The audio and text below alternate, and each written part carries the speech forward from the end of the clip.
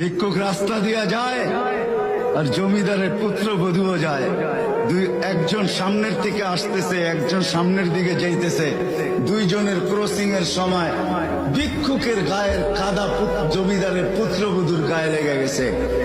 সে দুনিয়া আন্ধার করে ফেলছে, স্বামীকে ডাইকা নিয়ে আসছে, বলছে ভিক্ষুক আমার কাপড় নষ্ট করে দিছে। সে শুধু ভিক্ষুক ছিল না, বৃদ্ধ ছিল। বৃদ্ধ ছিল না শুধু, জীর্ণ ছিল, শীর্ণ ছিল, শরীরে কাপড় ছিল না, ফাটা কাপড় ছিল, পায়ে জুতা ছিল না, পেটে ভাত ছিল না। জমিদারের পুত্র সইতে পারে নাই, যৌবনী শক্তি সয় কি কইরা তার স্ত্রীর গায়ে ভিক্ষুকের কাদা, বস সমগ্র শক্তিকে হাতে একত্র করে বৃদ্ধের কালে বসায়ছে।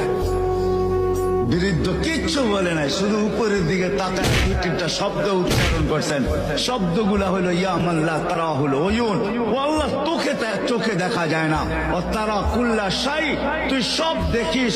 ফারা তারা মা বি, তুই কি দেখিস না আমার সাথে কি ঘটতেছে, এটা কি দেখিস না? বলতে দেরি যুবক, মরতে দেরি হয় না। জমিদার চলে আসছে, প্রতিশোধ নিবে। বৃদ্ধের একদিকে মুচকি হাসি, একদিকে বলতেছে প্রেমের খেলা এমনই হয়।